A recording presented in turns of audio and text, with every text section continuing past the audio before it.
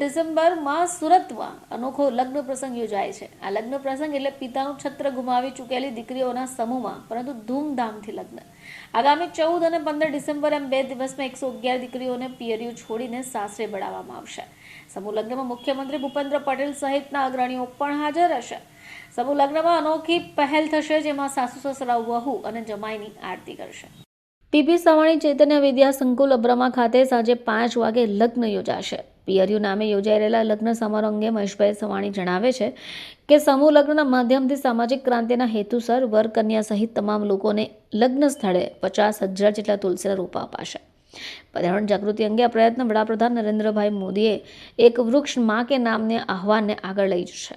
આ રોપાને અંગદાન જાગૃતિના ટેગ સાથે અપાશે. સમગ્ર ગુજરાતમાંથી મોરારી બાપુ સહિત 40 જેટલા સંતો પધારશે અને નવ દંપતીને આશીર્વાદ આપશે.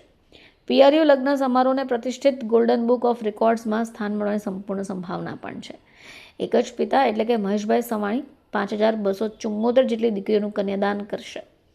એક જ સમય અને એક જ કાર્યક્રમમાં 50,000 જેટલા તુલસીના છોડો સામાજિક સંદેશો સાથે વિતરણ કરવાનો એક નવો રેકોર્ડ પણ બનશે.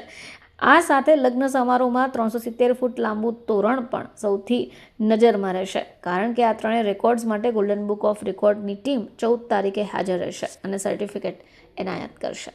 બ્યુરો રિપોર્ટ, ચેનલ આઈ વિટનેસ.